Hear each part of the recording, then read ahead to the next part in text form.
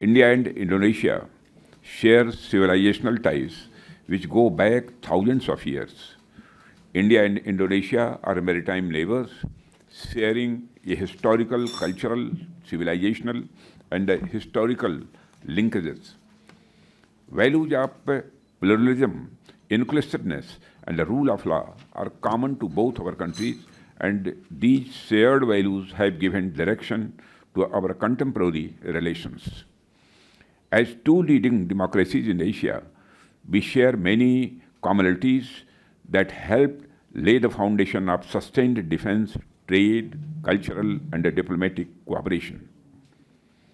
Excellency, in the recent times, the comprehensive strategic partnership between our countries is characterized by growing cooperation in bilateral and multilateral arena, including frequent high-level interactions.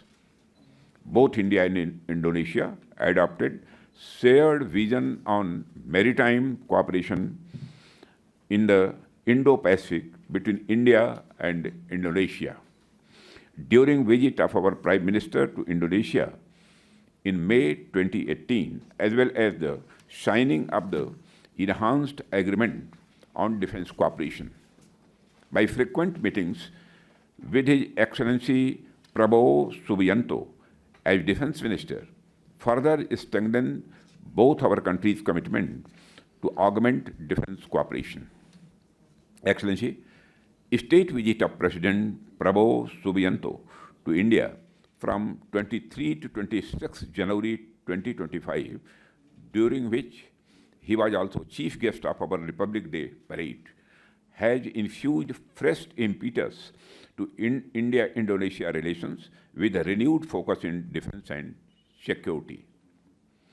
I must add the colorful and spirited 352-member band and marching contingent display from Indonesian Military Academy captivated us all with their splendid march past.